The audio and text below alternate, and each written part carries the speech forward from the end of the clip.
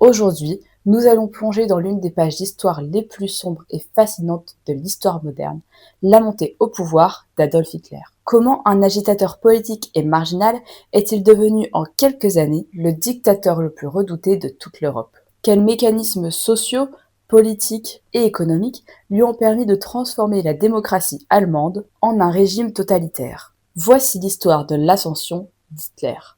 Avant de commencer, n'hésite pas à t'abonner, commenter et aimer la vidéo pour me soutenir. Et pour des formats plus courts, tu peux aussi me retrouver sur TikTok et Instagram. Je te laisse avec la suite.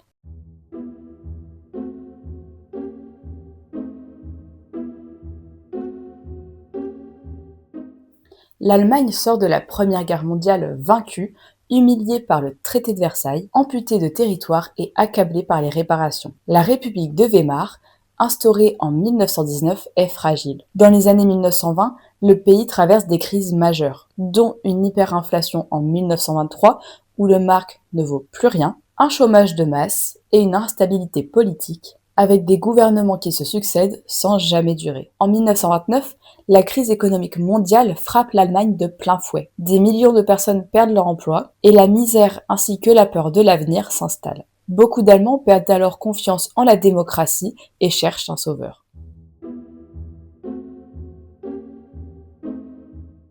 Adolf Hitler naît en Autriche en 1889. Il s'engage dans la politique au début des années 1920 et prend la tête du petit parti ouvrier allemand qu'il rebaptise NSDAP ou Parti nazi en 1921. En 1923, il tente un putsch à Munich, appelé le putsch de la brasserie. Mais c'est un échec, il est arrêté et emprisonné. C'est lors de sa détention qu'il écrit Mein Kampf, où il expose ses idées nationalistes, antisémites et revanchardes.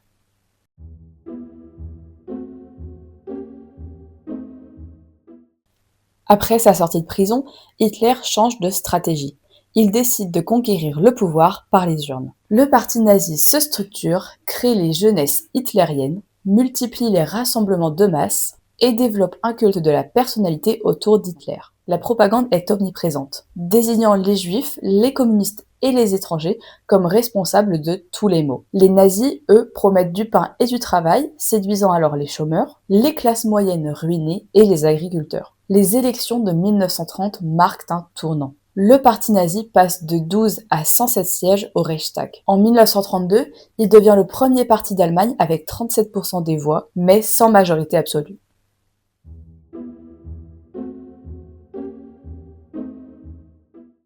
Mais l'ascension d'Hitler n'est pas seulement le fruit de sa popularité. Elle s'explique aussi par les divisions des partis traditionnels, incapables de former une coalition stable. La droite conservatrice, persuadée de pouvoir manipuler Hitler, accepte de le soutenir contre la gauche et les communistes. Des figures puissantes comme le magnate de la presse Alfred Hugenberg lui offrent une couverture médiatique massive, pensant pouvoir le contrôler. Et finalement, le 30 janvier 1933, le président Hindenburg nomme Hitler chancelier. Les nazis sont à ce moment-là minoritaires au gouvernement, mais Hitler va très vite retourner la situation à son avantage.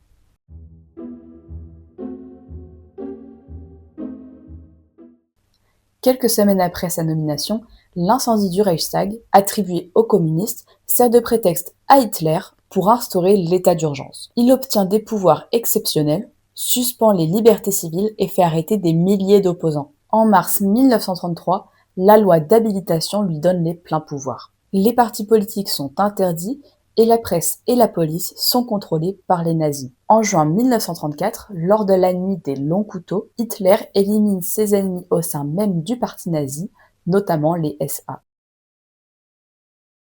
À la mort du président Hindenburg en août 1934, Hitler fusionne les fonctions de chancelier et de président et se proclame alors Führer, c'est-à-dire chef suprême de l'Allemagne. À ce moment-là, la dictature nazie est en place. En moins de 2 ans, Hitler a transformé la démocratie allemande en un régime totalitaire. Sa politique pan-germaniste, antisémite et belliciste va plonger l'Europe dans la guerre et provoquer des millions de morts. La montée au pouvoir d'Hitler est le résultat d'un contexte de crise, de division politique, de manipulation et d'une propagande redoutablement efficace. Elle nous rappelle combien la démocratie peut être fragile face à la haine, à la peur et à la manipulation des masses. Comprendre l'histoire, c'est aussi apprendre à rester vigilant face aux extrémismes et à défendre les valeurs démocratiques. Je te remercie d'avoir regardé cette vidéo. Si tu veux en savoir plus sur le parcours d'Hitler, il existe plein de livres ou de vidéos YouTube qui en parlent. Si tu as aimé cette vidéo sur notre histoire contemporaine,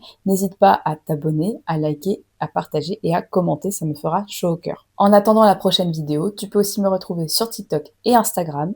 Et moi, je te dis à la prochaine pour plus d'histoire et de patrimoine.